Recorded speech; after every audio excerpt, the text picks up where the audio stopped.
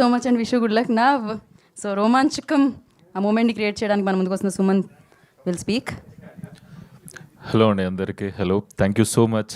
First of all media వాళ్ళందరికీ ఇక్కడికి వచ్చి మొన్ననే చూసినట్టు అనిపిస్తుంది మిమ్మల్ని అందరినీ మళ్ళీ చూస్తున్నా. అండ్ సో సారీ, నాకు కొంచెం ఈ ట్రాఫిక్ అంతా ఆగమాగం అయిపోయి కొంచెం లేట్ అయిపోయినా. I'm so sorry for that. And చాలా మంచిగా అనిపిస్తుంది మీరందరూ ఈ సినిమాని ప్రమోట్ చేయడానికి ముందుకు వస్తున్నారంటే సూపర్ హ్యాపీ ఉన్నా నేను. And first of all I want thank you Pranay అన్న, సందీప్ అన్న అండ్ వేణు అన్న. ఇంత బ్యూటిఫుల్ బ్యానర్ల డ్రీమ్ బ్యానర్ కదా అందరికీ.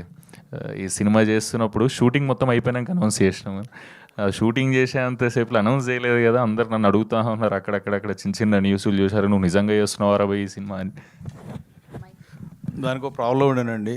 ఎందుకు ముందు అనౌన్స్ చేయలేదంటే ప్రభాస్ అన్న ఫ్యాన్స్ ఇంకా వేరే సైడ్ ఏదో తీస్తారు మీరు అని చెప్పి అప్డేట్ అని చెప్పి మమ్మల్ని సోషల్ మీడియాలో స్క్రోల్ చేస్తారని చెప్పి ఇంకా ట్రోల్ చేస్తారని చెప్పి నేను ఈ సినిమా తీస్తున్న విషయం ఎవరికి చెప్పలేదు. చాలా సీక్రెట్గా ఎవరికి తెలియకుండా టకాటకా చేసేసినాం.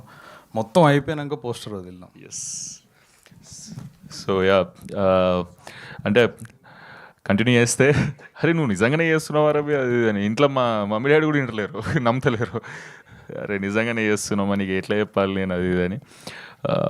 కానీ సూపర్ హ్యాపీ ఫీల్ అయినా ఈ సినిమా ఆపర్చునిటీ వచ్చినాక. అండ్ 6 నెలలు రిహార్సల్స్ చేయించిండు అన్న నాకు. అది ఫస్ట్ ఆఫ్ ఆల్ నాకు అసలు సందీప్ అన్న సైమా అవార్డ్స్లో దుబాయ్లో కలిసిండు. ఇట్లా సుమంత్ ఇట్లా ఒక కథ ఉంది నువ్వు వింటావా, ఖతర్నాక్ అనిపించింది నాకు అన్నాడు.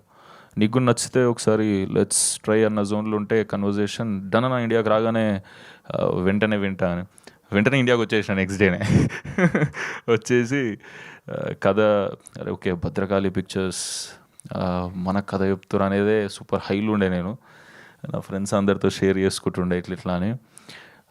పోయి కూర్చొని వేనన్ను వచ్చిండు, కలిసిండు మంచిగా ఆఫీస్లో రెడీ స్టార్ట్ చేద్దాం. నేను ఇంటెన్స్ ఆ జోన్ ఇట్లా ఒక ఇమేజ్ ఉంటుంది కదా మనకి భద్రకాళి నుంచి వస్తుందో కథ అంటే.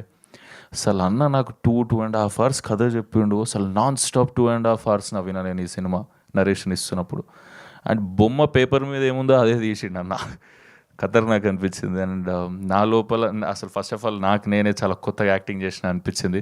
అండ్ ఇంతకుముందు చేసిన మేం ఫేమస్ కానీ దీని తర్వాత గోదావరి గట్టుపైన కానీ మొత్తం విలేజ్ లుక్లోనే ఉండే. సో నేను అర్బన్ చేసేసేయాలి, నువ్వు అసలు సిటీ బాయ్ లెక్క కనిపించాలి అది అని ఫుల్ ట్రాన్స్ఫార్మ్ చేసిండు అన్న నన్ను. బాడీ లాంగ్వేజ్ నుంచి మాట తీరు నుంచి అన్నీ. థ్యాంక్ యూ సో మచ్ అన్న నన్ను నాకు కొత్తగా చూపించినందుకు. అండ్ September 3rd మీరందరూ కూడా చాలా సూపర్ ఎంటర్టైనర్ని ఎక్స్పీరియన్స్ చేయబోతున్నారని నా ఫీలింగ్. ఐమ్ సారీ మర్చిపోయినా.